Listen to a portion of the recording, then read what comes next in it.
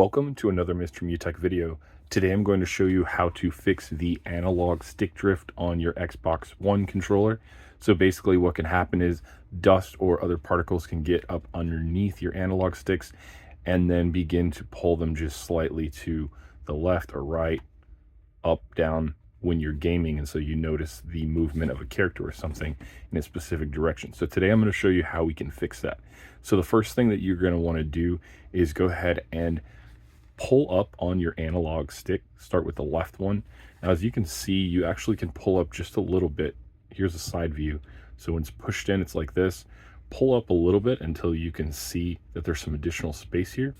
And then just go ahead and start rotating a little bit like this to the left in circular motion and then to the right.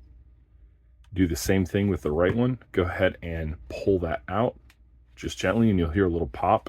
And then go ahead and start spinning all the way around to the left and to the right. And do this about 2 or 3 times. And then once you're done, go ahead and push down on each side and then can reconnect and see if that fixed it. Now, if that didn't fix it, next thing you want to do is go ahead and pull these back out again.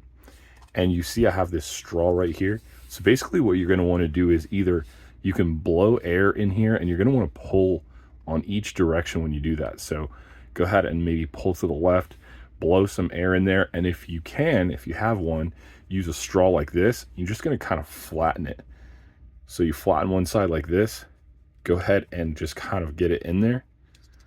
And then go ahead and blow on that straw and then turn it and do the same thing again.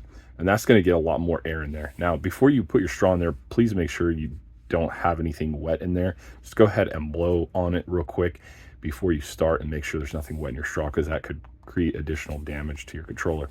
You're going to want to do that process to the left side and then the right side. So go ahead and blow in there. If you don't have a straw, just go ahead and normally blow in there with your mouth.